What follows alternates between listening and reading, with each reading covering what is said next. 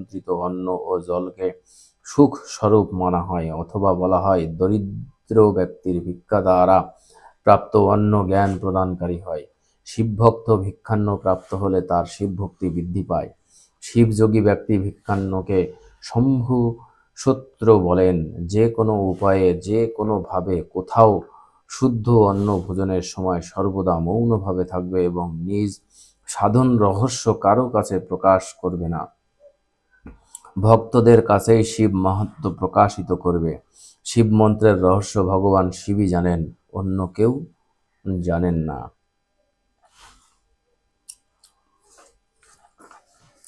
ওম নমঃ শিবায়। শিবপুরাণের আজকের পাঠ এখানেই সমাপ্ত করছি। পবিত্র শিবপুরাণ শাস্ত্রের শ্রবণের ফলে যাতে আপনাদের জীবনে শান্তি, জ্ঞান ও ভক্তির আলো ছড়িয়ে দেয়, এই কামনাই করি ভগবান শ্রী শিবের নিকট।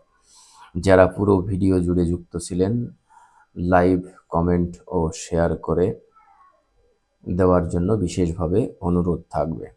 আগামী পর্বে আমরা শিবপুরাণের পরবর্তী অধ্যায় নিয়ে সরাসরি হাজির হব, তাই অনুগ্রহ করে পেজটি ফলো দিন, নোটিফিকেশন অন করে রাখুন এবং পরিবার, পরিজন ও বন্ধুদের সঙ্গে এই ভিডিওটি শেয়ার করুন।